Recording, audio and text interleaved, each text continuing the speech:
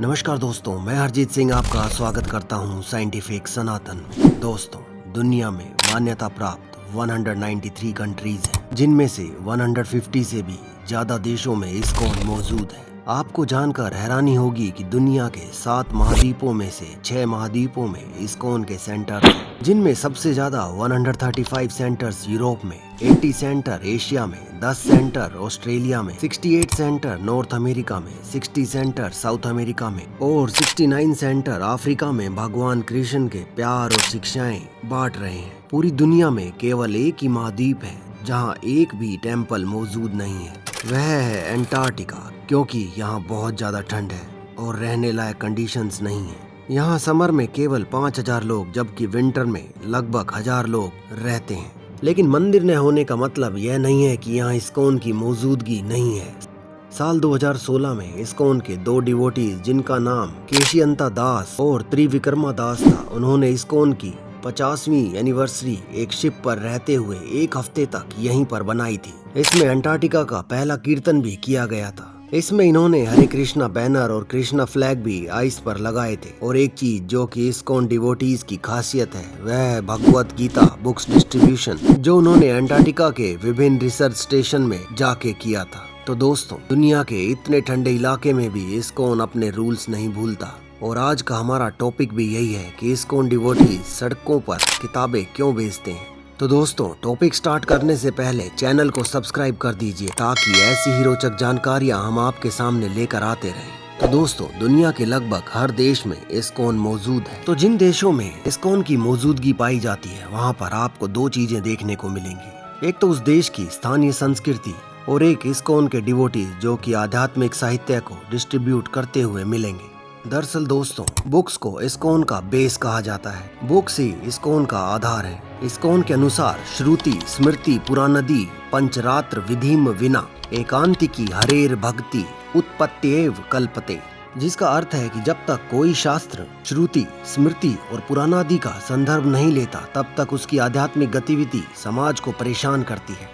मतलब यह है दोस्तों, जब आप समाज में कुछ बड़ा कार्य कर रहे होते हैं तो उसके लिए एक रेफरेंस की जरूरत होती है, और वह रेफरेंस हर एक के लिए एक ही जैसा कार्य करे, यह बहुत आवश्यक है। जैसे आपने बड़े बड़े ब्रांड्स को मार्केट में देखा होगा। आप पूरी दुनिया में कहीं भी घूम लीजिए, जब आप इनके आउटलेट्स पे जाते हैं या इनकी चीजों को खरीदते हैं तो आपको एक ही जैसा अनुभव होता है। इसी से आपको यह अंदाजा होता है कि यह एक ब्रांड है। ऐसे ही आध्यात्मिक अनुभूति का मार्ग काफी हद तक ईश्वर की करुणा पर निर्भर है। यह करुणा व्यक्ति को सीधे ईश्वर से या ईश्वर के अधिकृत प्रतिनिधि के माध्यम से प्राप्त हो सकती है। इसी करुणा से ईश्वर और उनके भगत भगवत गीता, श्रीमद् भागवतम और चैतन्य चरितामृत जैसे शास्त्रों का क्रिएशन करते हैं। इसलिए इन शास्त्रों को प्रकट शास्त्र भी कहा जाता है। इन शास्त्रों के माध्यम से ही मानव सभ्यता को मार्गदर्शन मिलता है। आध्यात्मिक जीवन में मानसिक मनगढ़ंत बातें कारगर नहीं होती हैं। यह जरूरी है कि आध्यात्मिकता के जो भी स्टूडेंट्स हैं, उनको निश्चित ज्ञान और उसका व्यवहारिक अनुप्रयोग सिखाया जाए।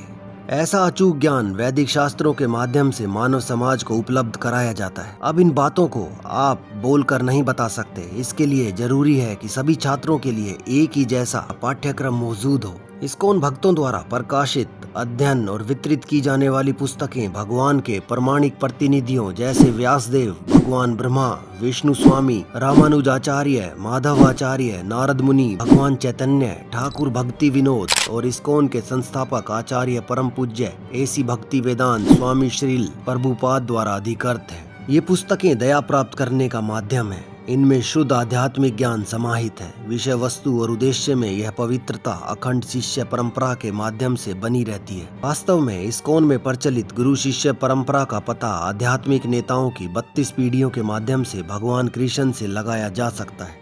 किसी भी चीज को संत, गुरु और शास्त्र के वचनों का अध्ययन करके ही वास्तविक मानना चाहिए। इसका केंद्र प्रकट शास्त्र है। यदि किसी आध्यात्मिक गुरु द्वारा दिया गया ज्ञान शास्त्र के अनुसार नहीं है तो उसे स्वीकार नहीं किया जाना चाहिए। इसी तरह एक संत व्यक्ति की कसौटी यह है कि वह केवल अधिकृत प्रकट शास्त्रों से प्राप्त ज्ञान का सख्ती से प्रचार करे। वैदिक शास्त्र आध्यात्मिक बोध, आर्थिक विकास, सामाजिक कल्याण और राजनीतिक स्थिरता के लिए आवश्यक सभी ज्ञान का भंडार है। वास्तव में यह कहना अतिशयोक्ति नहीं होगी कि इस्कॉन संस्थापक आचार्य की शिक्षाओं के अनुसार कार्य करता है। 1972 में इस्कॉन के संस्थापक आचार्य परम पूज्य एसी भक्ति वेदांत स्वामी प्रभुपाद ने गौड़ीय वैष्णव परंपरा के कार्यों पर जोर देने के लिए भक्ति वेदांत बुक ट्रस्ट, जिसको कि बीबीटी कहते हैं, की स्थापना की थी। वर्तमान में बीबीटी प्राचीन और क्लासिक वैष्णव ग्रंथों, महाकाव्यों और भक्ति योग, धर्मशास्त्र और संस्कृति पर किताबें छापने वाला दुनिया का सबसे बड़ा पब्लिशर हाउस है।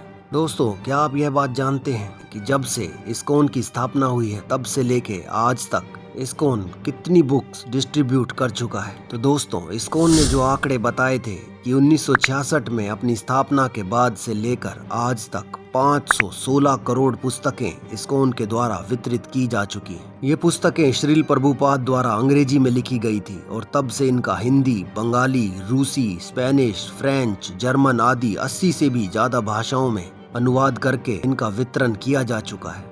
आध्यात्मिक साहित्य के माध्यम से दुनिया को फिर से आध्यात्मिक बनाने के इस प्रयास को उपन्यासकार और कवि क्रिस्टोफर मोर्ले ने पूरी तरह से अपनी बातों से स्पष्ट किया है। वो कहते हैं, जब आप किसी को किताब देते हैं तो आप उसे सिर्फ कागज, शाही और गोंद नहीं देते, आप उसे एक नए जीवन की संभावना देते हैं। क्या आप जानते हैं इस्कॉन द्वारा डिस्ट्रीब्यूटेड ये आध्यात्मिक बुक लिखता कौन है? तो दोस्तों, इस्कॉन की स्थापना संस्थापक आचार्य परम पूज्य एसी भक्ति वेदांत स्वामी श्रील प्रभुपाद ने 1966 में न्यूयॉर्क में की थी, जिसमें उनके 7 मुख्य लक्ष्य थे, जिनमें से उनका 7वां और अंतिम लक्ष्य मैगजीन्स, बुक्स और आध्यात्मिकता से संबंध रखने वाले अन्य लेखों को पब्लिश करना और डिस्ट्रीब्यूट करना था। प्रभुपाद जी का जन्म 1896 में कोलकाता में हुआ था। वे अपने आध्यात्मिक गुरु श्रील भक्ति सिद्धांत सरस्वती गोस्वामी प्रभुपाद से 1922 में मिले थे। उस पहली मुलाकात में ही उन्हें दिव्य निर्देश मिला। स्वामी जी ने उनको कहा कि तुम पढ़े लिखे लड़के हो, तुम कृष्ण के संदेश का प्रचार पूरी दुनिया में क्यों नहीं करते? यह निर्देश श्रील प्रभुपाद की आत्मा और संपूर्णता है। इस दृष्टिकोण से श्रील प्रभुपाद ने कई पहल की। 1944 में श्रील प्रभुपाद ने बैंक टू गॉडहेड नामक मैगजीन शुरू की। यह मैगजीन 1944 से 1960 तक पब्लिश होती रही। श्रील प्रभुपाद ने लोगों को शिक्षित करने के लिए इस मैगजीन को खुद घर घर जाकर लोगों में डिस्ट्रीब्यूट किया। 1947 में भारत को आज़ादी मिलने के बाद श्रील प्रभुपाद ने कई पॉलिटिकल नेताओं से संपर्क किया और भारतीयों को आध्यात्मिकता की शिक्षा देने की आवश्यकता पर जोर दिया। उन्होंने महात्मा गांधी, सरदार पटेल, पंडित नेहरू और डॉक्टर राजेंद्र प्रसाद सहित अन्य को पत्र भी लिखे। श्रील प्रभुपाद जी का शुरू से ही यह मानना था कि बुक्स के जरिए ही ज्ञान लोगों तक पहुंचाया जा सकता है। इसीलिए आज के समय में भी इस्कॉन के आध्यात्मिक स्टूडेंट्स बुक्स को डिस्ट्रीब्यूट कर रहे हैं। वास्तव में प्रभुपाद जी ने इस बात पर बहुत जोर दिया कि उनके शिष्य आध्यात्मिक दुनिया से आए बहुत उन्नत आत्माएं हैं, जिन्हें उनके आध्यात्मिक गुरु ने कृष्ण चेतना के प्रचार में सहायता करने के लिए भेजा है। अन्यथा एक समृद्ध और विकसित देश के मांसाहारी, शराब पीने वाले, कामुक नागरिक द्वारा भगवान कृष्ण की पूजा करने और परिणाम स्वरूप सभी बुरी आदतों को छोड़ने की क्या संभावनाएं हो सकती हैं? इसके अलावा श्रील प्रभुपाद ने भगवान कृष्ण के बारे में दुनिया भर के लोगों को वैज्ञानिक रूप से शिक्षित करने की जिम्मेदारी जारी रखने के लिए इस्कॉन की स्थापना की और बुक्स डिस्ट्रीब्यूशन इस उद्देश्य की प्राप्ति के लिए एक महत्वपूर्ण साधन है। इन बुक्स को आप अपने शहर के किसी भी इस्कॉन सेंटर से खरीद सकते हैं। वास्तव में इस्कॉन डिवोटीज सिर्फ किताबें नहीं बेच रहे हैं, बल्कि भगवान कृष्ण की कृपा बांट रहे हैं। भगवत गीता अध्याय 18 श्लोक 68-69 में कहा गया है, या इदम परम गुहा मद भक्तेश्व अभिधास्यति भक्तिमयी परम कृत्वा माम अवेश्यति असंशय न च तस्मान मनुष्येषु कृष्य में प्रिया कृतम भविता न चमे तस्माद अन्य प्रियत्रो भूई। इसका मतलब है कि जो व्यक्ति भक्तों को परम रहस्य समझाता है उसके लिए भक्ति निश्चित है और अंत में वह मेरे पास वापस आ जाएगा। इस संसार में उससे अधिक प्रिय कोई सेवक मुझे नहीं है और न ही कभी कोई उससे अधिक प्रिय होगा। भगवत गीता में भगवान कृष्ण ने स्पष्ट रूप से उल्लेख किया है कि उनके सभी भक्तों में से वे विशेष रूप से कृष्ण चेतना का प्रचार करने वालों के प्रति झुकाव रखते हैं। जब कोई व्यक्ति भगवत गीता वितरित करता है तो वह भगवान कृष्ण की ओर से एक मैसेंजर बन जाता है, क्योंकि भगवत गीता में भगवान द्वारा मानवता के लिए दिए गए निर्देश शामिल हैं। इसके अलावा एसी भक्ति वेदांत स्वामी श्रील प्रभुपाद भगवान कृष्ण के अधिकृत प्रतिनिधि हैं और उनका जीवन भगवान की दया, ऐश्वर्य और चमत्कारी शक्ति का प्रमाण है।